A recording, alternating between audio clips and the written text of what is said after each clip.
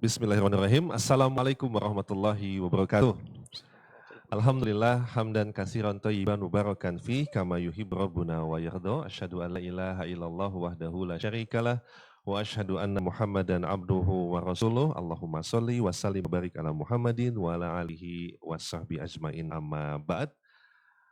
Alhamdulillah, brothers and sisters sekalian, segala puji kita panjatkan kehadirat Allah Subhanahu wa taala atas segala nikmat dan taufiknya. Alhamdulillah, di saat situasi yang telah kita rasakan bersama, Allah masih berikan kepada kita kesempatan untuk bisa terus menuntut ilmu. Alhamdulillah, walaupun dengan suasana berbeda, format berbeda, namun tentunya tidak mengurangi rasa semangat kita untuk bisa terus mendapatkan ilmu yang bermanfaat di kajian rutin kita, kajian Rabu malam, yang biasanya kita laksanakan langsung di Masjid Agung Al-Azhar tercinta, qadarallahu masyafa'al, karena sebuah hal dan juga kita rasakan bersama, kita rubah di kajian taping dan juga streaming yang bisa teman-teman simak di rumah. Dan untuk keberkahan acara kita, salawat teriring salam, semoga senantiasa tercurah dan terlimpah kepada junjungan kita yang mulia, baginda Rasulullah Muhammad Sallallahu Alaihi Wasallam, dan juga pula semoga tercurah dan terlimpah kepada para istri beliau, para keluarga Ahlul Bait beliau, kepada para sahabat, dan tentunya kepada seluruh umat yang mengikuti mereka hingga akhir zaman kelak. Dan kita mohon kepada Allah, semoga kita dan seluruh kaum muslimin termasuk di dalamnya. Amin ya rabbal alamin. Dan alhamdulillah teman sekalian telah hadir bersama kita sahabat Ana dan juga guru kita, Ustaz. Sehat Ustaz ya? Alhamdulillah, Masya Allah. Oh, kita nggak boleh salaman nih Ustaz. Masya Allah. Nanti akan saya sampaikan kenapa ternyata ada juga sebuah sunnah dan keutamaan meninggalkan salaman, tetapi juga dengan sebuah dalil Allah Ta'ala. Bro Haril, apa kabar? Alhamdulillah. Masya Senang Allah. bisa ketemu, gak nyangka bisa ketemu. Iya nih, kita udah sedih bakalan libur ya. Iya. Tapi Masya Allah, bersyukur kembali, Allah masih berikan kesempatan ya. Alhamdulillah. Dan setelah bersyukur pada Allah juga tentunya kita selalu bersyukur, berterima kasih kepada seluruh pihak yang telah membantu acara kita akhirnya. Iya, kita juga sempurnakan syukur kita kepada Allah Azza wa Jalla dengan kita mengucapkan terima kasih kepada tentunya pihak Yayasan Pesantren Islam Al-Azhar dan juga Asia atau alumni Sekolah Islam Al-Azhar dan juga Kajian Islam Asia atau KI Asia dan juga kepada para panitia yang masih beberapa orang bersedia untuk bertugas untuk tetap menyampaikan ilmu kepada brothers and sisters sekalian dimanapun berada. Dan juga kita juga mesti berterima kasih ini dengan rekan kita yang telah menyediakan lokasinya untuk dijadikan tempat syuting kita untuk kajian kita hari ini, yaitu GMM Logistik yang berada di daerah Cilandak, masih di Jakarta Selatan. Ya, dan tentunya mungin teman-teman di kamera nggak ngelihat perbedaannya ya, tapi saat ini kita bukan berada di masjid, saat kita berada di sebuah tempat saudara kita yang menyediakan tempat. Dan sekali lagi terima kasih pada semua pihak yang telah membantu ya, dan termasuk juga teman-teman yang sudah sangat ingin sekali berniat hadir, tapi qadarullah masyafa'al, kita mengikuti salah satu akidah kita ya, mengikuti taat pada Allah, taat pada Rasul, dan juga taat pada ulil amri pemerintah yang juga menghimbau kepada kita untuk tidak berkumpul. Tapi kita akan ada sebuah keperluan dan sebuah maslahat, kita akan terus mengadakan kajian kita dengan format streaming insya Allah ta'ala. Dan insya Allah tuh dengan kita tetap menjaga niat tetap hadir, tetap dapat pahalanya ya insya Allah, walaupun kita nggak bisa hadir ya. Betul sekali, Masya Allah. Baik teman-teman sekalian, kita akan bersama guru kita Ustaz Muhammad Khalid Syariah Hafizahullah Ta'ala yang akan menyiapkan sebuah tema yang telah beliau siapkan untuk kita bersama, dengan tema yang telah beliau siapkan insya Allah Ta'ala. Dan tentu saja nanti seperti biasa format yang akan kita jalankan, Ustaz akan menyampaikan materi dan di akhir sesi nanti juga kita ada soal jawab insya Allah Ta'ala. Baik, tanpa menunggu lama kita akan langsung menuju kepada materi utama kita dengan judul pertolongan itu dekat kepada Al-Ustadz. Kami persilahkan, falyatafadhal masykurah. Barakallahu fiik. Bismillahirrahmanirrahim. Alhamdulillah rabbil alamin. Wassalatu wassalam atammanil akmalani ala mab'utsin rahmatan lil alamin. Nabiyyina Muhammad wa ala alihi wa sahbihi ajma'in. Amma ba'd.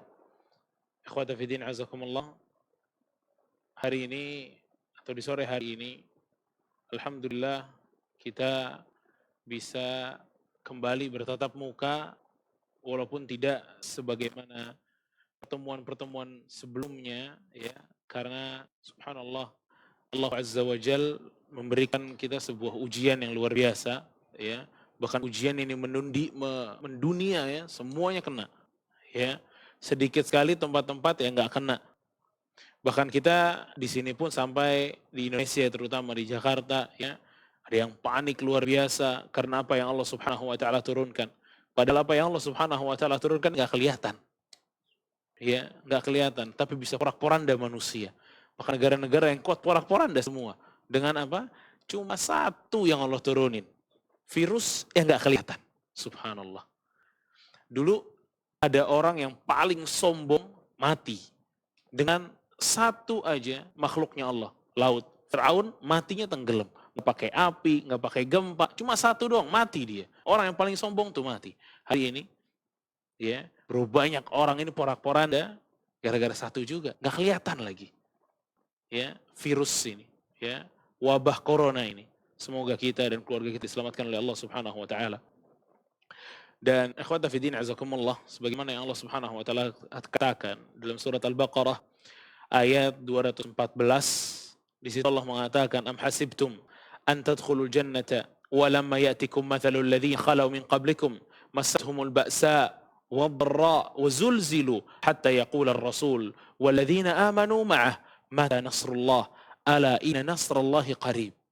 Allah mengatakan, apakah kalian mengira, ya, wahai manusia, kalian ini akan masuk surga padahal cobaan-cobaan yang pernah Allah uji orang-orang sebelum kalian dengan itu kalian belum dapatkan. Jadi ada orang-orang sebelum kita yang diuji dengan ujian yang luar biasa dan kalian belum dapatkan itu. Pada saat kalian belum dapatkan itu, kalian mengharapkan surga, kata Allah. Masathumul ba'sa, mereka ini dapat ujian ba's, mulai dari penyakit, ya, kesulitan, dharra, dan lain sebagainya. Hatta yaqula ar-rasul walladzina amanu ma'ah.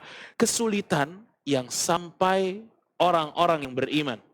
Dan Rasul, bayangin nih. Kesulitan yang sampai Rasul. Dan orang-orang yang beriman kala itu, yakni para sahabat, mengatakan, mata nasrullah. Kapan pertolongan Allah ini turun? Subhanallah.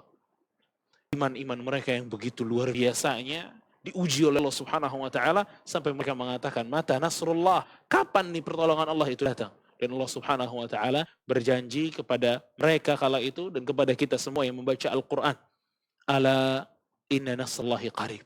Ketahuilah, pertolongan Allah tuh dekat, kata Allah. Allahu akbar. Kita dalam keadaan sulit seperti ini, orang muslim tipenya beda sama orang kafir. Ya. Kalau orang kafir ini memang mereka sulit untuk bersandar. Mereka bersandar kepada siapa? Tapi kita orang muslim punya sandaran, yaitu Allahu Azza wa Jal. Ya, yang telah mengatakan dan berjanji kepada kita, ala inna nasrallahi qarib. Ketahuilah bahwa pertolongan Allah itu dekat. Ya, makanya kita mesti optimis dengan apa yang akan Allah Subhanahu wa taala berikan di pertolongan-pertolongan, ya, dengan pertolongan yang sangat dekat ini. Nah, ikhwata fi din azakumullah, pada kesempatan kali ini, ya, kita akan membahas bagaimana cara mendapatkan, ya, pertolongan Allah tersebut yang Allah janjikan itu qarib, dekat. Salah satunya, ya kawan, apa yang bisa kita ambil dari sebuah hadis yang diriwayatkan oleh Imam Muslim rahimahullahu taala dalam kitab sahihnya dari Abu Hurairah radhiyallahu anhu, bahwasanya Rasulullah SAW mengatakan, lam yatakallam fil mahdi illa thalathah. Ya, tidak ada satupun bayi yang dapat berbicara kecuali 3, kata Rasulullah. Ya, sebagaimana yang kita tahu, bayi nggak ada yang bicara, keluar nangis bayi, bukan bicara. Ya, ada 3, kata Rasulullah. Isa ibnu Maryam, ada Isa ibnu Maryam. Ini bisa bicara waktu dia baru keluar dari perut atau rahim ibunya. Wa sahibu Juraij, dan bayi yang ada dalam kisahnya Juraij. Ya, dan satu bayi lagi yang ada di dalam kisah seorang ibu yang sedang menyusui bayinya. Ikhwat fiddin azakumullah, kita akan masuk ke dalam satu cerita di antara 3 bayi ini, itu bayinya yang ada dalam kisah Juraij. Namun sebelum itu, bayi yang ketiga yang dikatakan Rasul kita Shallallahu Alaihi Wasallam, ya, yang sedang menyusu dengan ibunya, ya, menariknya adalah pada saat seorang bayi ini, ya, disusuin sama ibunya nih, bayinya. Kemudian ada satu kuda yang menaiki kuda tersebut, orangnya gagah luar biasa, sangat gagah yang menaikin kuda ini. Nah, ibunya nih bilang, ya, berdoa gitu, Allahumma ja'alni hadza ibna mithlah. Ya Allah, jadikan anakku ini seperti yang di atas tunggangan kuda tersebut. Karena apa? Orangnya gagah, perkasa banget kelihatan. Namun ajaibnya, ya, ini bayi yang lagi nyusuin ini, ya, dia lepas dari ibunya, kemudian berjalan ke arah kuda tersebut, kemudian mengatakan, Allahumma la taj'alni mithlah. Ya Allah, jangan jadikan aku seperti orang ini. Bilang, subhanallah, bayinya bicara. Balik lagi ke ibu, nyusul lagi bayinya. Begitu nyusul lagi bayinya, ada satu orang wanita datang, sama kalau kita bilang dikumpulin, dikerubutin sama warga. Zanaiti wa sarakti. Tukang zina, pencuri sambil digebukin lah. Ya. Ibunya berdoa sambil nyusuin bayinya. Allahumma la taj'alni ibni mithlah. Ya Allah, jangan jadikan anak seperti dia tuh. Ya. Dibilang orang kang zina, dibilang orang pencuri. Dan dikala itu, bayinya lepasin lagi nih. Ya. Dari ibunya, melepas dari ibunya, kemudian bayinya bicara. Allahumma ij'alni mithlah. Ya Allah, jadikan aku seperti wanita tersebut. Subhanallah. Ya hamqa, kata ibunya. Aneh banget nih bayi. Pada saat ada seorang laki-laki gagah, dan aku berdoa kepada Allah agar dia seperti itu, bayi ini mengatakan, jangan buat aku seperti itu. Dan sekarang, pada saat ada wanita yang dibilang sama orang-orang pezina, dibilang sama orang-orang tukang pencuri, ya, maling, justru bayi saya mengatakan, jadikanlah saya seperti dia. Bayinya ngomong. Bayinya bicara dan mengatakan, wahai ibuku, sesungguhnya orang yang pertama kali kamu tunjuk itu orang sombong. Yang berada di atas kuda itu sombong orangnya. Dan kala itu lewat, itu orang sombong. Makanya aku berdoa kepada Allah, jangan sampai Allah menjadikan aku sombong seperti dia. Dan orang yang kedua, yang dikatakan oleh warga-warga tersebut, zanaiti wa sarakti. Tukang zina, maling, sesungguhnya dia nggak pernah berzina. Sesungguhnya dia juga tidak pernah mencuri. Dan aku harapkan aku juga seperti itu. Ini nggak pernah zina, nggak pernah mencuri. Allahu Akbar. Bayi bisa bicara. Nah, yang jadi fokus perhatian kita untuk kesempatan kali ini bayi yang kedua nih. Sahibu Juraij, kan Rasulullah SAW. Ya. Mungkin sebagian dari kita udah tahu nih siapa si Juraij ini. Ya. Juraij ini itu orang soleh banget. Dari kalangan Bani Israel. Ya. Orang soleh dari kalangan Bani Israel. Kebanyakan waktunya itu dipakai untuk beribadah kepada Allah Azza wa Jalla. Dan dulu, orang-orang itu beribadah di tempat namanya Sauma'ah. Sauma'ah ini kalau kita bilang hari ini mungkin musola ya. Jadi dia punya musola sendiri lah. Si Juraij ini punya musola sendiri. Dan Sauma'ahnya itu adanya tuh di dataran tinggi. Sedangkan orang-orang masyarakat itu tinggal di dataran yang lebih rendah daripada itu. Biar nggak diganggu, biar ibadahnya tambah tersembunyi, Juraij itu ada di situ. Di atas itu. Beribadah. Di satu hari, si orang soleh ini Juraij dipanggil sama ibunya. Dan pada saat itu ya, ibunya panggil dari bawah, Juraijnya di atas. Karena Saumahnya itu adanya di atas. Ibunya bilang, ya Juraij. Ternyata waktu ibunya panggil nih, Juraijnya lagi sholat. Juraijnya lagi sholat dan Juraijnya bingung ya. Ini apa yang bisa saya lakukan? Saya lagi sholat, menghadap kepada Allah Azza wa Jal. Sedangkan ibu saya panggil. Kayaknya dia bilang, Allahumma ummi am salati. Ya Allah, ibuku atau salatku, kata Juraij. Fa'aqbala ala salati. Dia akhirnya milih apa? Salatnya, dilanjutin salatnya sama Juraij. Ibunya pulang. Hari berikutnya, ibunya datang lagi, manggil lagi. Ya Juraij, kata ibunya. Juraij pas banget, lagi salat lagi. Juraij bingung untuk kedua kalinya. Kata Juraij, Allahumma ummi am salati. Ya Allah, ibuku atau salatku, ya Allah. Faqbala ala salati. Dia lanjutin salatnya si Juraij. Ibunya pulang lagi untuk kedua kalinya. Ketiga nih ibunya datang. Panggillah si Juraij. Ya Juraij, kata ibu. Dan untuk ketiga kalinya, Juraij lagi salat juga. Dia bingung lagi untuk ketiga kalinya. Ummi am salati. Ya Allah, ibuku atau salatku, kata Juraij. Fa'aqbala ala salati. Dan untuk ketiga kalinya, Juraij milih salatnya. Dilanjutin lagi salatnya sama Juraij. Nah ya ibunya udah 3 kali kesal kali ya. Ibunya kesal nih. Kenapa 3 kali, 3 kesempatan dipanggil pas banget dia milih salat terus. Sampai ibunya akhirnya berdoa. Allahumma la tumithu hatta yanzura ila wujuhil mumisat. Ya Allah, jangan wafatkan si Juraij sampai dia melihat kepada wajahnya para pelacur. Ibunya kesal makanya bilang gitu. Udah pulang lagi ibunya dan Juraij melanjutkan salatnya. Nah, perlu kita ketahui ya kata bahwa Juraij ini tinggal di kalangan Bani Israel. Dan Bani Israel ini ya, gak semuanya soleh. Dan yang paling soleh di kampung itu ya Jurej. Adapun yang lain nih, ya teman-temannya atau orang-orang yang seumur dengan Jurej mah biasa aja pada maksiat kepada Allah Azza wa Jal. Terlebih kata Rasul sallallahu alaihi wasallam, ya, kana awwalu fitnatin fi bani Israil kanat fi nisa, kama qala alaihi salatu wassalam. Fitnah yang pertama kali terjadi di Bani Israel itu apa? Perempuan. Perzinahan itu luar biasa, gampang banget. Makanya di kesempatan yang lain nih, di kampung itu juga anak-anak muda Bani Israel lagi ngumpul. Ini yang lagi ngumpul ini tuh kan maksiat. Ya sebagaimana kita ketahui, orang yang suka maksiat itu paling gedek sama orang kayak apa? Orang soleh. Orang soleh paling gak demen sama ahli maksiat. Itu udah pasti. Dan ini yang ahli maksiat lagi ngobrol-ngobrol, yang diobrolin siapa? Jurej. Sok suci si Jurej ini. Ya, terlalu alim dia. Dan kita yakin pasti ada sesuatu dalam hatinya. Masa segitu alimnya sih?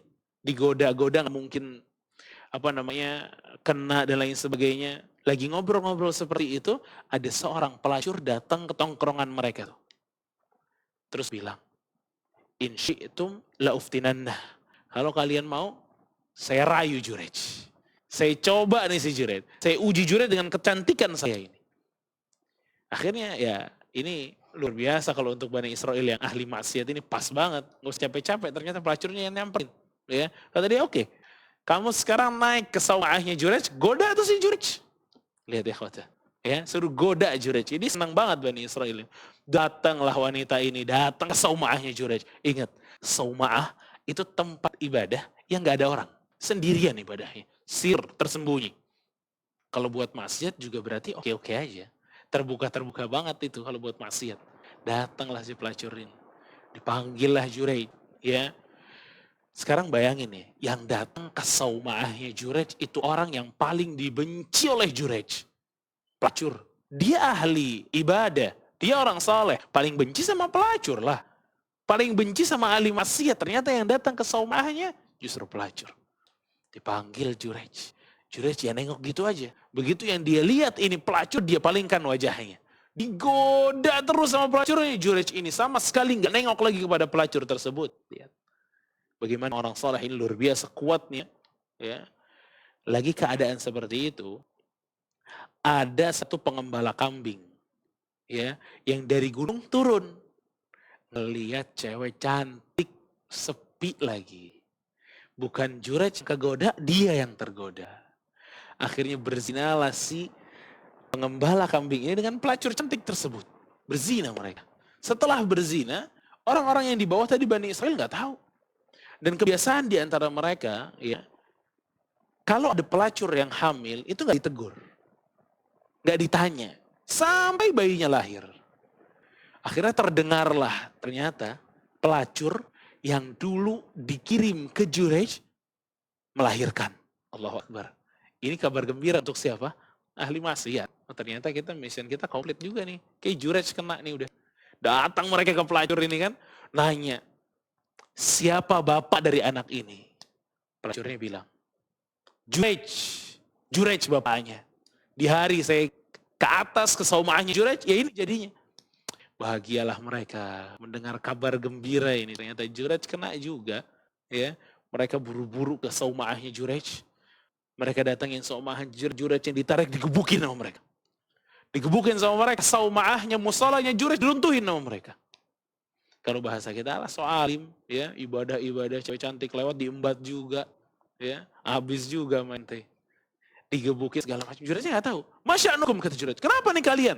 Datang-datang gebukin saya. Ngancurin sauma'ah. Kata orang-orang Bani Israel, udahlah Jurej. Bayinya udah lahir. Bayi siapa kata Jurej? Bayi pelacur. Kata Jurej, wallahi saya nggak pernah berzina sekalipun, kata Jurej.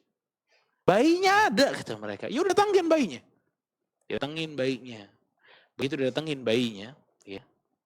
Jurej, ini luar biasanya, Jurej bilang, tunggu, saya wudhu dan sholat. Dia wudhu. Dia sholat, setelah dia sholat, dia balik lagi ke kerumunan Bani Israel plus dengan buktinya ini. Bukti Jurej telah berzina dengan pelacur, bayi tersebut. Bayinya ini ditunjuk sama Jurej. Ya gulam, man abuk, kata Jurej. Wahai bayi, siapa ayahmu? Bayi yang baru beberapa jam keluar dari rahim ibunya bilang, ayahku adalah pengembala kambing. Allahu Akbar. Kasus selesai. Bukti yang mestinya memberatkan Jurej itu justru menjadikan Jurej ini bersih. Bani Israel yang tadi udah jahat-jahat sama Jurej itu bingung luar biasa. Bayi bisa ngomong lewat Jurej. Mereka akhirnya minta maaf sama Jurej. Mereka cium-ciumin kakinya, cium-ciumin tangan, minta maaf. Kita bangunin lagi sauma'ah musolanya dari emas, kata dia. Ya nggak enak mereka. Ya, udah gebukin, udah ngancurin, ternyata nggak salah Jurejnya. Ya, kata Jurej nggak usah. Bangunin lagi dari tanah biasa. Akhirnya mereka bangunkan lagi ya sauma'ahnya atau musolanya Jurej. Lihat ikhwata. Kisah singkat ini itu banyak banget faedahnya. Bahkan sangat banyak faedahnya. Kalau kita lihat faedah yang pertama aja, ya, gimana Jurej ini sedikit keliru, ya. Kalau seorang ibu memanggil seorang anak yang sedang sholat sunnah, mestinya apa sih yang didahulukan? Apa ya, kawan? Panggilan ibunya dulu. Dia mesti mengiyakan dulu panggilan ibunya. Kenapa? Karena yang wajib selalu dikedepankan dari yang sunnah. Ini yang pertama. Ya, wajib selalu dikedepankan dari yang sunnah. Ini kaidah ya khawatah. Ini kaidah yang gak bisa lepas dari diri kita. Kadang kita bingung dalam beberapa keadaan. Mana yang lebih didahulukan ya? Selama itu wajib yang didahulukan.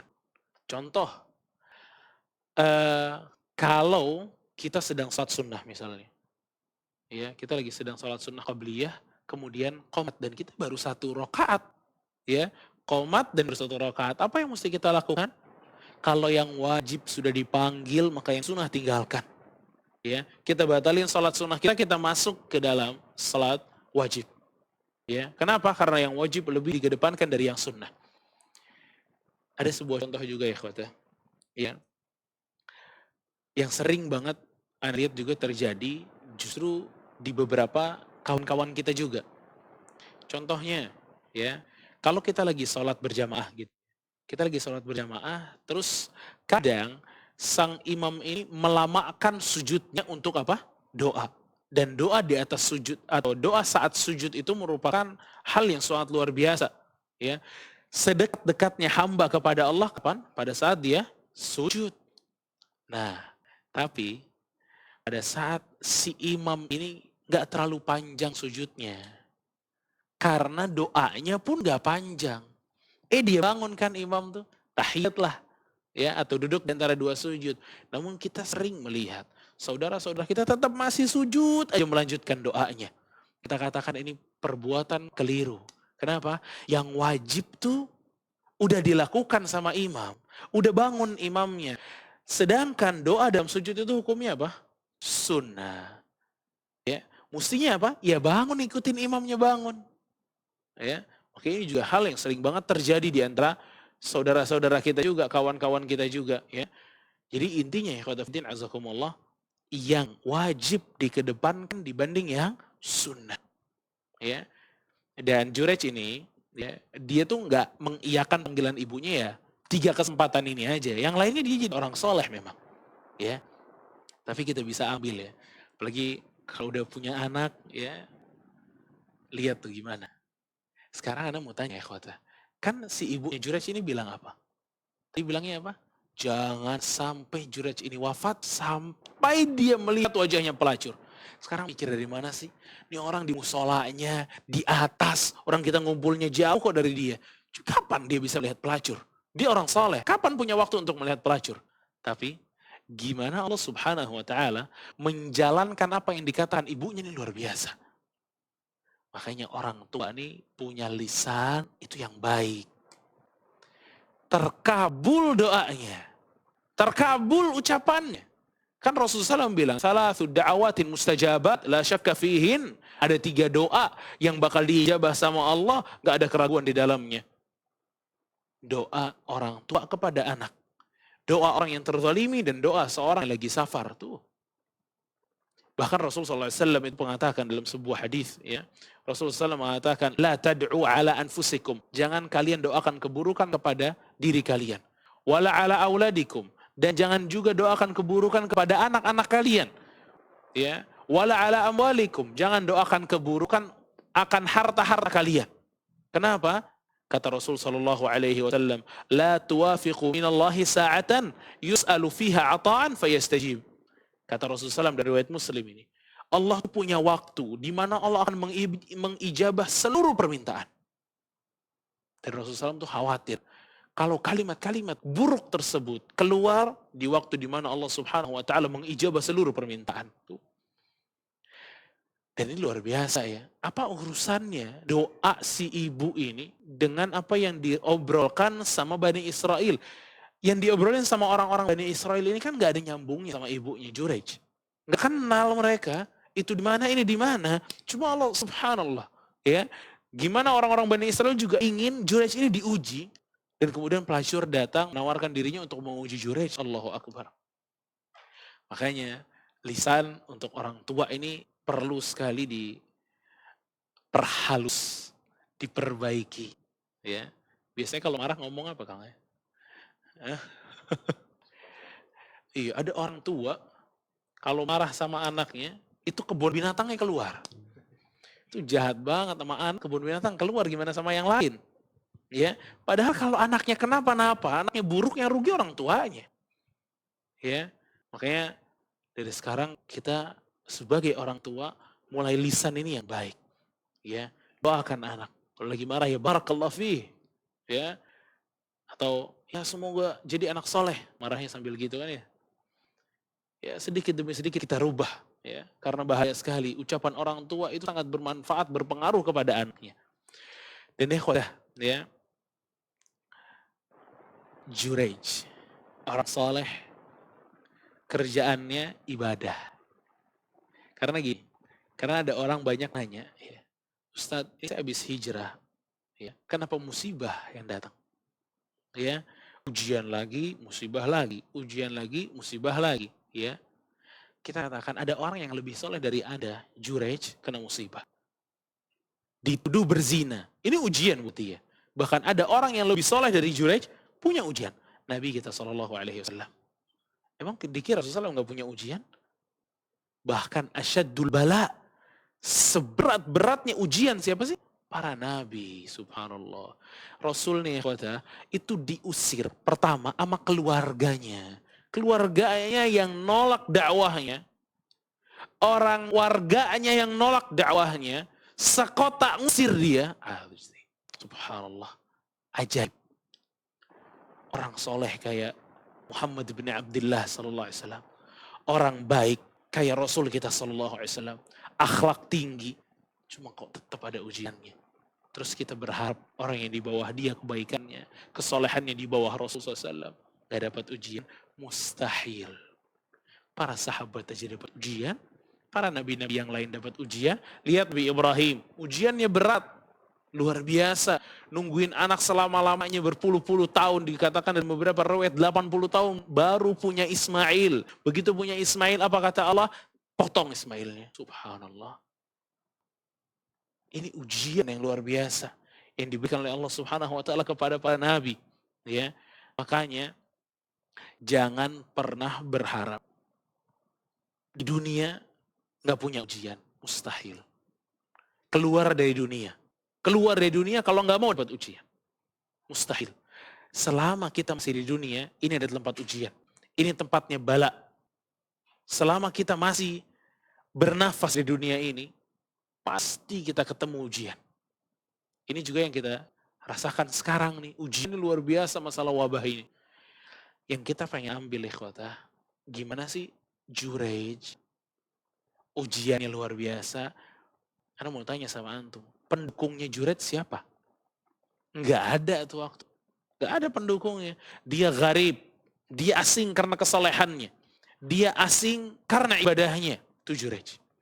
Sekarang ya. bagaimana si Jurej ini bisa ditolong oleh Allah Subhanahu wa taala, dan pertolongannya ini gak tanggung-tanggung. Bayi baru keluar dari rahim ibunya beberapa jam bicara. Untuk siapa? Jurej. Itu bayi ya, setelah dia bilang ayahku adalah pengembala kambing, udah gak ngomong lagi, kawan. Gak ngomong lagi. Jadi dia diset memang ngomong hanya untuk jadi bukti kebersihan Jurej. Kita lihat Jurej. Jurej ini hamba yang bertakwa kepada Allah Azza wa Jal. Dan ini adalah yang pertama ya ikhwata, kalau kita pengen ditolong oleh Allah, jadi hamba yang bertakwa. Ya. Kita Indonesia pengen ditolong. Jadi Indonesia tuh yang bertakwa kepada Allah. Masyarakat tuh yang bertakwa kepada Allah Azza wa Jal. Karena yang bakal dikasih jalan keluar sama Allah, itu yang bertakwa kepada Allah. Jurej, sholat, ya, kebanyakan waktunya untuk Allah Azza wa Jal. Beribadah kepada Allah, makanya ditolong. Ingat Nabi Yunus alaihi salam, apa sih ujiannya Nabi Yunus? Apa? Masa nggak ada yang tahu? Apa ujian Nabi Yunus tuh? Itu ujian susah banget jalan keluarnya kalau kita mikir. Dimakan ikan, dibawa ke dasar laut, gelap lagi malam-malam. Kalau itu ikan cuma nyantap Nabi Yusuf aja, Nabi Yunus aja, kemudian dibawa nggak sampai dasar laut, ada yang bisa nolong nggak? Susah, gimana nolongnya, lawan ikan gimana? Ya, kalau dibawa ke dasar laut dan nggak malam-malam, bisa nggak ditolong? Susah juga, udah di dasar laut. Dan ini 3 ya ikhwata. Nabi Yunus itu di dalam kegelapan perut ikan, di dalam kegelapan dasar laut, dan di dalam kegelapan malam. 3 kesulitan. Subhanallah. Tapi ditolong nggak sama Allah? Ditolong sama Allah. Kenapa ditolong sama Allah Subhanahu wa taala? Pada saat lagi kesulitan seperti itu Nabi Yunus alaihi salam doanya apa? La ilaha illa anta subhanak inni kuntu minadh zalimin. Ini baca doa ini sekarang. Nabi Yunus selamat dari sebuah keadaan yang mustahil. Gimana selamatnya sih? Sekarang Nabi Yunus kalau teriak-teriak dari perut ikan tersebut, ada yang dengar? Bisa WA? Sinyal juga nggak ada kalau ada WA. Ya. Nggak ada, nggak bisa apa-apa. Tapi dia bilang apa? La ilaha illa anta subhanak in kuntu minadh zalimin. Dengan kalimat ini, Allah Subhanahu wa taala jadikan ikan tersebut mengeluarkan Nabi Yunus alaihi salam. Terus kita nggak percaya kalau hanya untuk mengeluarkan kita dari wabah yang luar biasa ini. La ilaha illa anta subhanak in kuntu minadh zalimin. Ajarin nih semuanya orang doa untuk ini. Kata Rasulullah SAW, ya, tidaklah ada orang yang di dalam kesempitan kemudian mengucapkan doa ini kecuali Allah berikan jalan keluar. Allahu Akbar. Makanya kalau kita mau tarik kasus hari ini, ya, Muslim tuh memang beda. Penyelesaiannya pun beda. Ya. Kenapa? Karena kita ini punya imun atau antibodi yang lebih luar biasa lagi, yaitu doa kita kepada Allah Azza wa Jalla. Doa silahul mu'min. Doa itu senjatanya orang mukmin. Ya. Makanya seorang muslim ini berdoa kepada Allah Azza wa Jalla, diadukan semuanya kepada Allah Azza wa Jalla. Dan apa kata Allah tentang Nabi Yunus? Kalau kita pikir, Ustaz, ana udah doa itu tuh, la ilaha illa anta subhanak inni kuntu minadh zalimin, tapi utang enggak kebayar-bayar. Ya. Masih ngontrak aja itu juga susah, Ustaz. Ya. Kenapa nih? Doanya macet terus. Allah katakan, kata Allah Subhanahu wa taala, "Falaula annahu kana minal musabbihin." Kalau bukan karena Yunus ini termasuk orang-orang yang suka bertasbih kepada Allah, la labitha fi batnihi la yaumi yub'atsun, akan tetap tinggal di dalam perut ikan sampai hari kiamat, kata Allah. Tapi karena apa? Musabbihin. Nabi Yunus ini suka bertasbih kepada Allah. Orang saleh ini. Orang bertakwa kepada Allah. Gak suka lupain Allah. Ini yang mungkin doa kita bikin macet tuh gini. Kita kalau sulit aja ingat sama Allah. Kalau lagi ada wabah, lagi sakit, ingatnya sama Allah. Tapi lagi sehat kita lupa bersyukur kepada Rabbuna Azza wa Jal. Yang ngasih sehat Allah, yang ngasih sakit Allah. Makanya, falaula anahu kana minal musabbihin, kata Allah. Kalau bukan karena Yunus ini tukang bertasbih kepada Allah. Suka bertasbih kepada Allah. Jurej itu suka sholat kepada Allah. Bahkan ibadahnya nih ikhwata, tersembunyi si Jurej itu. Ini juga tips kedua, gimana kita bisa ditolong oleh Allah Subhanahu wa taala beribadah dalam keadaan tersembunyi. Ini beribadah dalam keadaan tersembunyi ini luar biasa, ya. Oke, sekarang hari-hari ini masjid, ya, atau banyak masjid ini menyarankan atau dihimbau para jamaah kaum muslimin sholat di rumah, ibadah hanya di rumah, ya. Boleh atau nggak boleh? Boleh jawabannya. Karena Islam itu selalu berjalan di atas maslahat dan mudarat. Ini kaidah umum dalam Islam. Ya. Maslahatnya di mana? Maslahatnya ada pada saat jamaah kaum muslimin ini ya tidak ke masjid dulu sementara. Ya boleh. Bahkan ada dalam hadis Sahih Bukhari, bab ighlaqul bait. Bab di mana Rasul SAW itu pernah menutup bait, ya Ka'bah ditutup, nggak boleh ada yang masuk. Ya, di situ Syekh Ibnu Utsaimin rahimahullahu taala mengatakan, di sini juga kita bisa ambil faedah bahwa masjid juga boleh ditutup jika ada sebuah manfaat, ada sebuah maslahat yang diinginkan. Tuh lihat. Ya, jadi boleh dasarnya jika ada maslahat yang diinginkan. Makanya di kita belum ya, di kita nggak ada himbauan seperti atau peraturan ditutup masjid nggak ada, tapi himbauan ada. Ya, di Saudi misalnya, di Kuwait misalnya, ya itu semua masjid sekarang ditutup atau ditiadakan sholat Jumat dan jamaat. Ya, sholat Jumat dan jamaah itu nggak ada. Ya, kenapa seperti itu? Ya untuk menjaga masyarakat kaum muslimin secara umum. Ya, nah ini kalau kita bisa lihat, ini kesempatan kita untuk beribadah secara sir, tersembunyi. Antum misalnya di masjid itu bisa nangis di masjid, bisa nangis. Ya, coba di rumah bisa nangis nggak sholatnya? Ya, di masjid tuh kadang baca Quran suaranya tuh dibesarkan sampai nangis, sampai sedih dengar suara sendiri. Coba di rumah gimana? Masih nggak begitu? Kalau di masjid, anak sholat sunnah, ya sunnah qabliyah atau sunnah ba'diyah, lihat di rumah gimana? Ini momen juga untuk kita ini bisa memberikan kepada Allah ibadah secara tersembunyi. Kan kita tahu ibadah tersembunyi itu secara umum itu lebih istimewa dibanding ibadah-ibadah yang bersama-sama. Kalau yang bersama-sama ini kadang ada riaknya, ada ingin dipuji oleh orang, ada ujubnya, bangga diri dan lain sebagainya. Ini momen nih di mana kita bisa memiliki ibadah yang tersembunyi kepada Allah Azza wa Jal. Kenapa? Jurej itu salah satunya ibadahnya tersembunyi, makanya saumaahnya itu di atas. Ya, biar nggak diganggu, biar nggak dilihat sama orang, ya. Dan kalau kita lihat ya, bagaimana Jurej menjaga kesolehannya, ketakwaan itu luar biasa, ya kawan. Antum bayangin ya, Jurej tadi disuruh doanya apa dari ibunya? Melihat wajah pelacur, ya, melihat wajah pelacur. Cuma apa? Lihat. Cuma lihat. Dilihat nggak sama Jurej? Enggak. Begitu ngelihat itu pelacur nggak dilihat lagi sama Jurej. Apa kabar kita hari ini? Gimana cara kita ya nggak melihat pelacur, itu yang susah. Ya. Nggak melihat aurat wanita. Nanti buka HP, buka YouTube udah keluar semua. Ke jalan udah kelihatan semua. Subhanallah. Dan Jurej ini ya, itu kalau ngelihat perempuan dan pelacur itu, dia buang muka ya ikhwata. Buang muka. Kenapa? Karena iman. Dia nggak mau tuh. Orang kalau imannya tinggi, maksiat sekecil apapun pasti ditinggalin sama dia. Nggak doyan dia.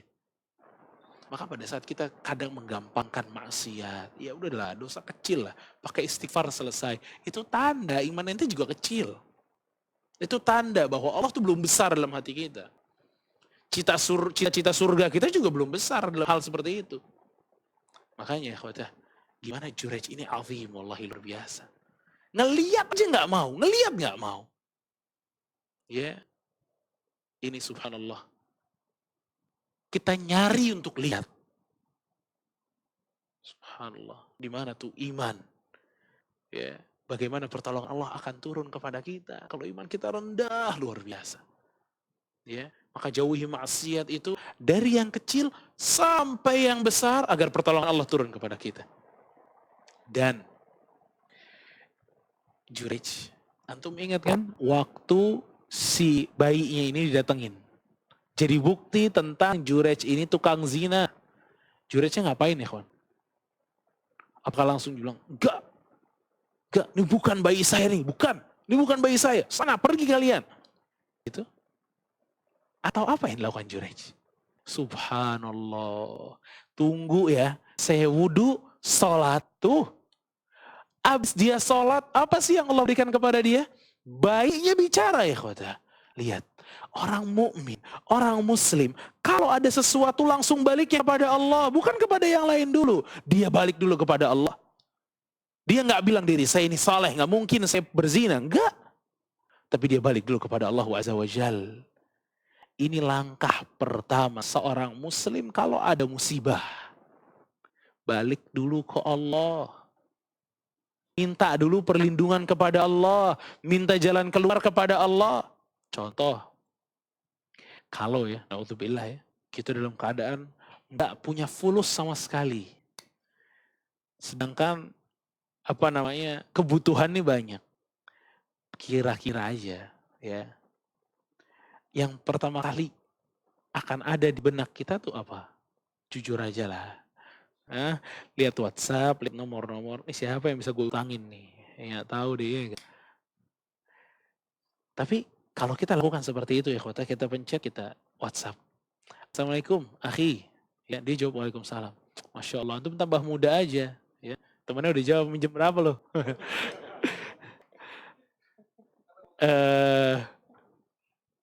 Dari sini ya, kadang kan kalau kita gaya langkahnya seperti itu, jarang yang mau ngasih pinjaman sama kita. Jarang. Ya dibukain sama Allah. Allah tuh Fatah. Allah Maha Pembuka. Yang buka hati manusia tuh Allah. Tapi kalau kita tarik ulur lagi. Sebelum kita ambil handphone, kita cari WhatsApp, kita angkat tangan kepada Allah. Allah, saya lagi butuh ya Allah. Saya nggak punya uang ya Allah. Jadikan ya Allah salah satu kawan saya ini bisa saya pinjamin uang ya Allah. Dan mudahkan saya untuk membayarnya. Cari lagi WhatsApp-nya. WhatsApp lagi orangnya. Itu udah waalaikumsalam ya akhi. Kenapa ya akhi, ada apa? Ya, anak butuh uang. Ya udah anak transfer. Gak usah ganti. Allahu Akbar. Gak jadi ngutang kan? Dikasih. Kenapa? Yang bukain tuh Allah. Antum yang naik motor, naik mobil, naik motor lah banyak kan. Bannya bocor di jalan.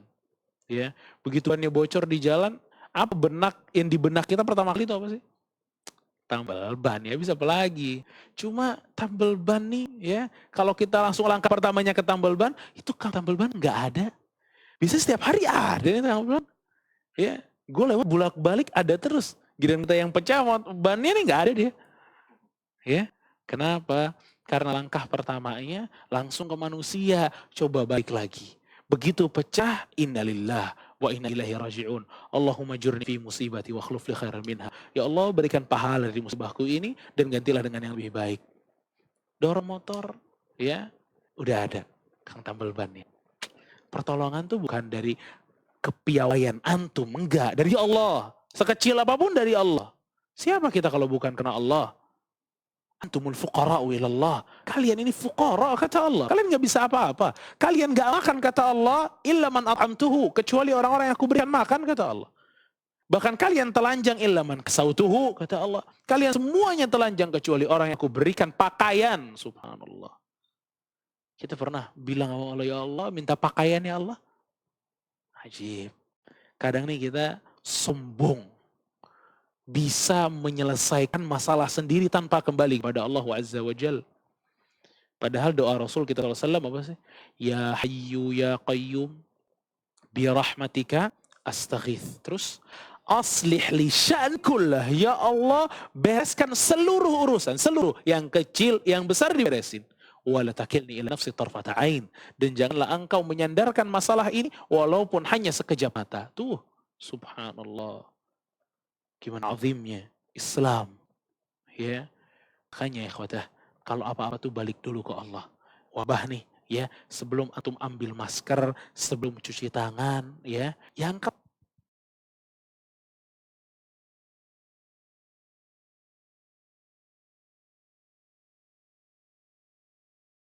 jangan sampai kita ini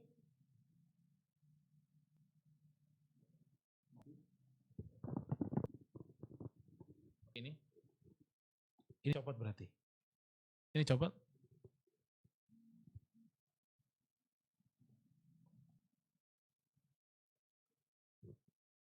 Taib. Sampai di mana kita? Hah? Angkat tangan ke Allah. Ya. Di mananya? Di bagian mana itu? Pada saat kita ini apa? Masker. Ya.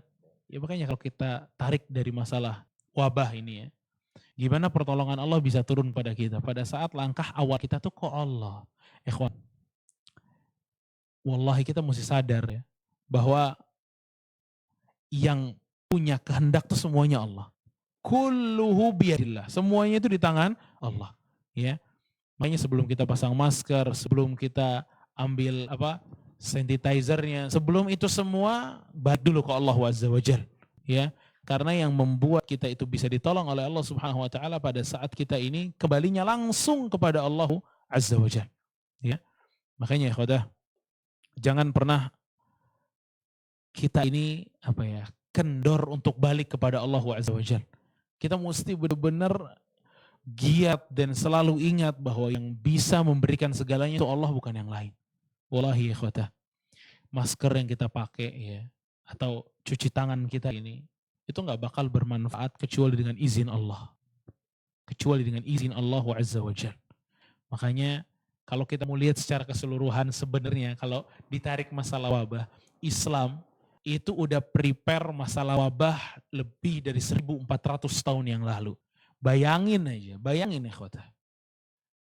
Suami istri itu kalau mau berhubungan itu pakai doa gak sih? Allahumma jannibna syaitan. Subhanallah, ya Allah jauhi dari syaitan. Anaknya tuh udah didoain sama dia, itu Islam. Ya, begitu lahir juga didoain. U'idzukum bikalimatillahi tammat min kulli syaitanin wa hamahu min kulli ainin lamma. Allahu akbar. Udah didoain semuanya. Bahkan kita ini dalam kehidupan ini pagi dan sore ada zikirnya. Makanya kaum muslimin ini ya, itu adalah kaum yang paling sigap, yang paling siap sebenarnya untuk menerima musibah. Beda sama yang lain. Ya, karena Allah Subhanahu wa taala udah set semuanya untuk kita. Ini ikhwata fiddin azakumullah, ini masih ada waktu apa udah? Masih? Ya. Jadi itu yang keberapa itu? Ya, bahwa kita tuh mesti balik dulu kepada Allah Subhanahu wa taala. Allah paling cemburu kalau seorang manusia itu ya tidak mempedulikan Allah Subhanahu wa taala, dia merasa dirinya mampu sendiri. Ya.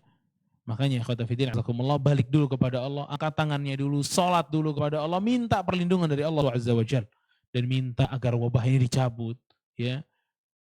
Dan ala inna nasrullahi qarib. Ketahuilah bahwa pertolongan Allah itu dekat. Ya, selama kita pandai untuk mencari atau melakukan kiat-kiat agar Allah Subhanahu wa taala memberikan kita pertolongan. Masih ada waktu ya? Ada satu faedah ya. Faedah dari hadis Juraij yang luar biasa ya. Kalau kita lihat ikhwata, Juraij itu dengan kesolehannya ya, itu kan kebanyakan waktunya untuk ibadah kepada Allah Azza wa Jalla. Namun tadi juga antum udah jawab ya, bahwa kalau seorang ibu manggil anaknya dan anaknya ini hanya sholat sunnah, maka sholatnya dibatalin, ibunya diiyakan sama dia. Panggil, dijawab panggilan ibunya tuh. Ya, kenapa seperti itu? Nih lurusnya, tengahnya Islam. Karena Islam itu Allah minta emang gak selalu sholat. Hidupnya manusia tuh gak selalu 24 jam dia sholat, enggak. Fa'ti kulladzi haqqin haqqah, kata Nabi SAW. Berikan setiap orang itu hak-haknya. Tuh. Itu hak ibunya Juraij tuh. Dipanggil lagi sholat sunnah, itu hak ibunya. Lihat ikhwata, gimana tengahnya Islam ya. Makanya ada sebuah hadis yang juga luar biasa. Ceritanya itu ada dua orang sahabat ya. Jadi kan kalau dulu ya sahabat itu kan dipersaudarakan sama Rasulullah SAW. Ta'akha ya, dijadiin saudara. Jadi saudara beneran udah. Ya, salah satu yang dijadikan saudara oleh Rasul kita sallallahu alaihi wasallam adalah Salman Al-Farisi dan Abu Dzar. Dengan Abu Darda, bukan Abu Dzar, Abu Darda radhiyallahu anhu. Hadisnya diriwayatkan oleh Al-Imam Muslim. Jadi satu hari Salman ini ingin mengunjungi saudaranya nih, Abu Darda. Jadi Salman datang ke rumah Abu Darda. Begitu datang ke rumah Abu Darda, Ya, ternyata Abu Darda nggak ada. Yang ada Ummu Darda, istrinya Abu Darda nih. Ya Salman bilang, ya Assalamualaikum dan lain sebagainya. Nanya Abu Darda kemana? Kata Ummu Darda, Abu Dardanya pergi. Namun Salman ini lagi ke rumah Abu Darda melihat sebuah pemandangan yang gak biasa di Ummu Darda. Ummu Darda ini mutabadzilah, kata Salman. Mutabadzilah itu mungkin bahasa kita namanya dekil. Gak cantik. Gak kayak seorang istri lagi nungguin suaminya pulang kerja. Gak kayak gitu. Dekil. Mutabadzilah ya Ummu Darda. Kok gini sih Ummu Darda? Kata Salman. Kenapa nih Ummu Darda? Seorang seperti Ummu Darda kok begini? Kata Ummu Darda, akhuk laisa lahu hajatun fid dunya.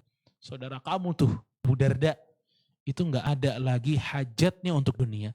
Dia nggak mau lagi dunia tuh udah. Syufikhon. Dia nggak mau lagi dunia. Kenapa? Jadi si Abu Darda nih, ya, kalau siang puasa, kalau malam sholat malam, istri nggak dicolek sama dia. Ummu Darda ini nggak dicolek sama dia. Siang puasa, malam sholat. Udah kata Salman, saya tunggu Abu Darda. Datanglah Abu Darda, tidak lama setelah itu datang Abu Darda. Ya Abu Darda ngelihat saudaranya datang ke rumahnya, bahagia luar biasa, senang banget Abu Darda. Ya marhaban ya Salman, marhaban. Karena dia ketemu, dia pelukan, ya. Kemudian kata Abu Darda, tunggu sini, saya siapin makanan, kata Abu Darda. Udah disiapin sama Abu Darda makanan, dihidangkan ke Salman. Nih, makan. Kata Salman, yaudah yuk makan bareng. Kata Abu Darda, enggak, saya puasa. Nah, kan dia udah ada testimoni istrinya. Nih puasanya setiap hari nih. Ya, sholat malamnya juga setiap hari nih. Kata Salman, makan. Enggak, saya puasa, kata Abu Darda. Ya udah, saya nggak mau makan sampai kamu mau makan.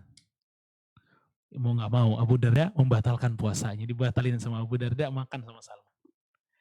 Udah makan, Salman ternyata nginep di rumah Abu Darda. Ya otomatis nginep bareng, tidurnya berduanya sama Abu Darda. Nginep di rumah Abu Darda di awal malam. Ya, Salman nih kalau kita bilang mah udah rebaan Salman nih. Ya, Abu Darda sholat, bangun sholat. Kata Salman, ya Abu Darda, tidur. Tidur. Di pertengahan malam yang kedua, bangun lagi Abu Darda, sholat lagi. Kata Salman, ya Abu Darda, tidur. Suruh tidur sama Salman, tidur. Di pertiga malam terakhir, Salman bangun, Abu Darda bangun, sholatnya barengan. Ya, sholat mereka. Setelah sholat, datang waktu subuh, sholat subuh bersama Nabi kita SAW. Selesai sholat subuh, Abu Darda curhat sama Nabi. Ya, jadi sebelum sholat subuh nih kata Abu Darda, Salman tuh nginep rumah saya ya Rasulullah. Terus waktu saya puasa, Salman gak mau makan kalau saya gak makan. Akhirnya saya batalin puasa saya. Waktu saya mau sholat tahajud, kata Salman juga suruh tidur. Akhirnya sholatnya sama Salman di akhir, ya Rasulullah. Dan Salman bilang sama saya, ini dia luar biasanya. Jadi Salman bilang ke Abu Darda, ya Abu Darda, inna li rabbika alaika haqqa. Habis tahajud tuh Salman bilang, Abu Darda, Rabb kamu punya hak. Dirimu pun punya hak. Istrimu pun punya hak. Fa'ti kulli haqqin haqqah. Maka berikan semua hak-haknya. Allahu Akbar. Allahu Akbar. Kata Rasul SAW, ngedengar curhatannya Abu Darda, Sadaqa Salman. Benar tuh Salman. Inna li rabbika alaika haqqa. Diulang lagi sama Rasul. Rabb kamu punya hak. Istrimu punya hak. Dirimu pun punya hak. Fa'ti kulli haqqin haqqah. Berikan semuanya hak-haknya. Allahu Akbar. Lihat gimana Islam ini azim. Tengah betul-betul. Ya. Dan Abu Darda nih gak boleh sholat sama Salman. Kenapa? Capek ini orang. Dia butuh tidur. Badannya tuh capek. Tidur kata Salman. Nanti sholatnya di akhir malam. Puasa terus disuruh buka sama Salman. Badan ente perlu makan. Makan. Subhanallah. Azim wallahi. Dan kalau kita lihat ya khotbah, Salman nasehatin Abu Darda yang lupa istri, yang lupa makan, yang lupa tidur karena ibadah. Abu Darda kan lupanya karena ibadah tuh. Ya, terus gimana ya ikhwata? Dengan orang-orang yang lupa istri, ya, lupa Allah, tapi bukan karena ibadah. Ada orang-orang nongkrong sampai malam setiap hari, istrinya dia biarin aja. Wallahi zalim tuh orang. Gak memberikan haknya. Gak memberikan hak keluarganya. Gak memberikan hak tubuhnya. Ya, makanya kalau orang tidak memberikan hak gara-gara ibadah aja gak boleh, gimana di luar ibadah coba? Itu kan Jurej, itu kan tidak memberikan hak ibunya karena apa? Ibadah. Gak boleh itu. Gak boleh seperti itu. Salah. Bahkan ada sebuah riwayat walaupun beberapa para ulama mengkritiknya, ya, ini karena Jurej tidak mengetahui hukum bahwasanya panggilan ibu itu lebih utama dijawab dibandingkan melanjutkan sholat, kata Nabi sallallahu alaihi wasallam. Ya, kalau aja Jurej tahu, kata Nabi sallallahu alaihi wasallam. Ya, makanya ikhwata fiddin azakumullah, proporsional jadi muslim. Setiap haknya itu dikasih. Antum punya hak siapa aja, ya, hak diri dikasih, ya, hak keluarga dikasih, hak anak-anak dikasih, semuanya nggak ada yang boleh berlebihan. Begitu juga di haknya Rabbuna Azza wa Jal, di haknya Allah Subhanahu wa Ta'ala. Ya, semoga bermanfaat ya apa yang Anda sampaikan pada kesempatan kali ini. Ya, wassalamualaikum warahmatullahi wabarakatuh wa ala alihi wa sahbihi ajma'in. Masya Allah. Syukur Ustaz atas penyampaian materinya, Masya Allah. Kita masih ada waktu ya, hari ya? Masih ada waktu. Masih ada waktu. Baik Ustaz, jadi terkait kita mengundang pertolongan Allah sepanjang kita tahu tentang kiat-kiat bagaimana menggapai pertolongan Ustaz. Masya Allah, syukur, jazakallah khair. Baik Ustaz, terkait dengan situasi wabah yang tadi Ustaz sering singgung dan sebagainya. Tadi hal yang menarik di saat awal tadi kita meninggalkan salam. Kemudian juga meninggalkan kebiasaan sholat di masjid. Mungkin jujur di awal terasa berat ya meninggalkan sebuah kebiasaan baik yang telah kita bangun susah payah, saat lagi semangat-semangatnya ditinggalkan. Kan Mungkin sholat berjamaah kan tuh muslim banget sampai betul, gitu ya. betul. Jadi berasa kayak ditarik dari kita gitu. Iya, teman-teman ada sedikit kiat faidah tentang apa yang kita lakukan saat ini saat meninggalkan keutamaan ibadah ini. Barakallahu fik. Pertama ya, meninggalkan salaman. Atau ada anjuran nih ya dari gubernur untuk meninggalkan apa? Salaman. Gimana sih dalam Islam tuh menanggapi hal tersebut? Pertama emang kita mesti paham bahwa salam yang dimaksud tuh awalnya dengan lisan. Ya. Dan tangan itu afdaliyah, keistimewaan. Ditambah dengan itu. Karena kan memang banyak keistimewaan tentang apa? Salaman, berjabat tangan, musafahah. Karena di dalam Islam, kalau kita bahasa Indonesianya salaman. Ya. Di dalam bahasa Arab salam ya assalamualaikum. Ya. Adapun salaman musafahah namanya. Berjabat tangan. Ya. Nah, ada sebuah hadis yang diriwayatkan oleh Imam Muslim, Imam Nasa'i, Ahmad dan yang lainnya, bahwasanya Rasul kita sallallahu alaihi wasallam itu pernah didatangi oleh seseorang utusan dari Bani Thaqif. Yang Bani Thaqif itu lagi ada wabah kolera. Ya. Jadi dia datang, ya. Dalam riwayat Muslim itu Rasulullah SAW langsung mengatakan, "Inna qad bayya'nak farji'."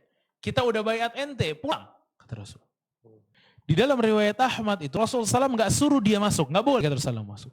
Udah, kita udah bayat, udah pulang sana. Ini berarti Rasulullah SAW ini bukan hanya meninggalkan jabat tangan dalam pada saat ada orang yang kena wabah gitu ya.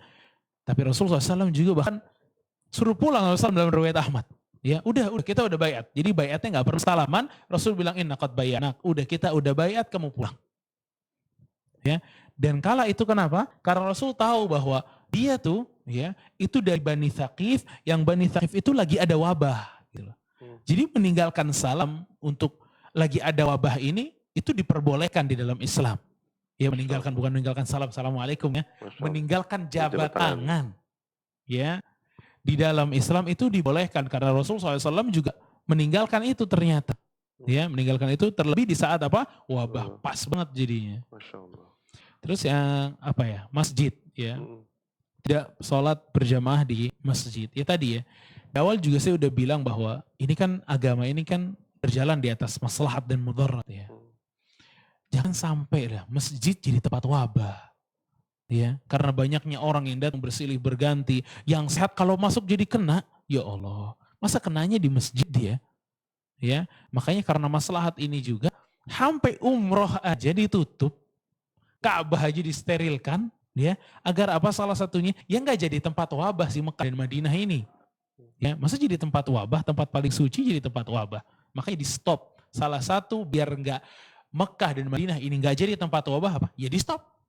Biar masjid nggak jadi tempat taubat apa? Ya dibatasi. Ya, orang kalau masuk di cuci tangan dan lain sebagainya, ya. Dan ada pun anjuran untuk tidak berjamaah di masjid, ya boleh.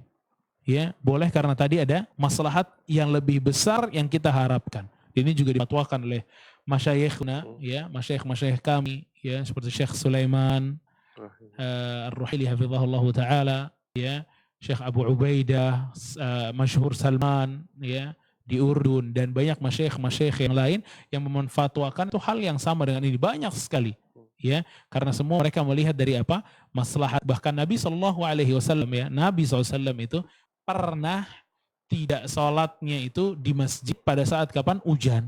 Nabi SAW hanya memerintahkan muadzin, sallu fi rihalikum, suruh katakan oleh muadzin ini, sholatlah kalian di rumah-rumah kalian tuh. Suruh sholat di mana? Di rumah. Kenapa? Hujan. Hujan. Kan wabah ya? Hujan. Kalau hujan aja Nabi SAW bilang sholat di rumah, gimana wabah yang lebih parah daripada itu bahayanya. Ya, bahkan ya, orang yang makan bawang, apa kata Nabi? Fala taqrabanna musallana, jangan dekat-dekat masjid kami deh, kata Rasul. Makan bawang, nggak boleh sholat di masjid sama Rasul. Padahal itu hanya aroma aja gitu loh. Aroma aja yang mengganggu, yang nggak terus kenapa-napa kan, kita kalau nyium aroma bawang kan nggak ada masalah. Tapi wabah kan bisa membahayakan diri kita dan lain sebagainya. Maka ini aula atau lebih utama untuk dibatasi atau dilarang, ya, pada saat wabah seperti ini gitu. Masya Allah. Dan orang yang udah biasa berjamaah dapat pahalanya. Ya Allah. Kalau urusan pahala nggak usah hitung-hitungan nama Allah. Ya, nggak usah hitung-hitung nama Allah. Allah Subhanahu wa taala la yudhi'u ajra man ahsana amala, kata Allah di surat Al-Kahfi. Allah mengatakan, Allah ini tidak akan pernah menyia-nyiakan orang yang amalannya baik, itu pasti dikasih sama Allah Subhanahu wa taala. Ya, barakallahu fikum. Masya Allah. Bagaimana kalau ini saat ada anjuran, setelah ada anjuran untuk meninggalkan jabat tangan, ada lagi nih individu atau beberapa komunitas yang menganjurkan pakai kode seperti naruh tangan di dada atau mengatupkan tangan di depan dada gitu, yang khawatirnya tasyabuh kepada kaum lain gitu, Ustaz. Ini gimana? Apa kita bisa ikutin? Salamnya. Iya, salamnya dari hadis Rasulullah SAW. Salam itu ya imma dengan angkat tangan bersamaan dengan salam atau salam saja. Ya, angkat tangan dengan salam atau salam saja. Ya. Ada beberapa riwayat yang mengatakan bahwa Rasulullah SAW itu nggak suka kalau orang itu hanya angkat tangan tanpa mengucapkan salam. Ya, jadi diucapkan salamnya, assalamualaikum. Ya, dan semoga dengan hal seperti ini kaum muslim ini membiasakan itu. Ya, assalamualaikum. Anak waktu pulang dari Saudi, di Saudi kan semua orang salam, ya, semua salam. Masuk warung ente salam. Anak masuk warung-warung kita assalamualaikum, gak ada yang jawab. Ya, pada bingung, kita juga kebiasaan gitu. Ini apaan orang salam datang, ya kan? Padahal itu hal yang perlu dibiasakan, daripada yang selamat siang, selamat pagi. Kalau muslim assalamualaikum. Ya, keselamatan untuk kalian, luar biasa doanya. Masya Allah. Jadi udah tuntunannya ya, kalau kita ngerasa kaku gak bisa jabat tangan, angkat tangan bisa ya. Assalamualaikum boleh, Ustaz ya. Udah ada ternyata. Lebih baik dibandingkan sampai tadi, Masya Allah. Masya Allah, betapa indah Islam dengan segala sentuhannya, Masya Allah. Baik, kita masih memiliki sedikit waktu, kita akan coba maksimalkan pertanyaan dari medsos ya, teman-teman sekalian. Kita akan angkat beberapa pertanyaan. Ustaz, yang pertama, Ustaz, bagaimana, kapankah waktu-waktu saat doa diijabah, Ustaz? Apakah di saat musibah seperti ini juga sebuah doa yang mustajab atau bagaimana, Ustaz? Pertama, doa ini ya kapanpun kita ucapkan atau kapanpun kita meminta, Allah itu ada dan dekat. Ya, Allah itu ada dan dekat dan siap untuk mengijabah doa-doa kita, apapun doanya. Ya. Adapun tempat atau waktu yang dimana Rasul kita SAW merekomendasi, ya, itu salah satunya adalah tentunya di sepertiga malam terakhir, ya. Makanya ini kita kan gara-gara kabar yang dari sana ke sini, ya, WhatsApp nih parnonya luar biasa nih, ya, takut banget, ya. Ya udah tahu takut begitu, ya sholat malam, angkat tangan sama Allah Subhanahu wa taala, minta agar dibebaskan dan lain sebagainya, karena itu waktu yang luar biasa. Kan Allah turun di sepertiga malam terakhir. Bertanya siapa yang meminta, saya akan ijabah. Siapa yang beristighfar, saya akan maafkan. Allahu Akbar.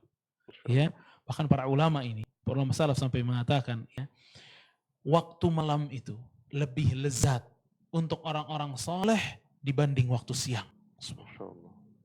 Bahkan dia mengatakan apa? Kalau bukan karena waktu malam, saya enggan hidup di dunia ini. Subhanallah. Karena waktu malam, waktu khalwat, berdua-duaan dengan Allah Azza wa Jalla. Maka itu salah satu waktu di mana seseorang itu mestinya berdoa kepada Allah Subhanahu wa taala. Juga waktu turunnya hujan, ya. Juga di antara azan dan iqamah, ya, diperkirakan waktunya setelah azan ya kita berdoa kepada Allah Subhanahu wa taala, ya. Dan di waktu safar, ya, juga itu merupakan waktu di mana kita akan diijabah doanya oleh Allah Subhanahu wa taala. Dan kalau kita merasa sempit nih, ya, merasa ini banyak musibah berat dan luar biasa, Allah mengatakan apa? Wa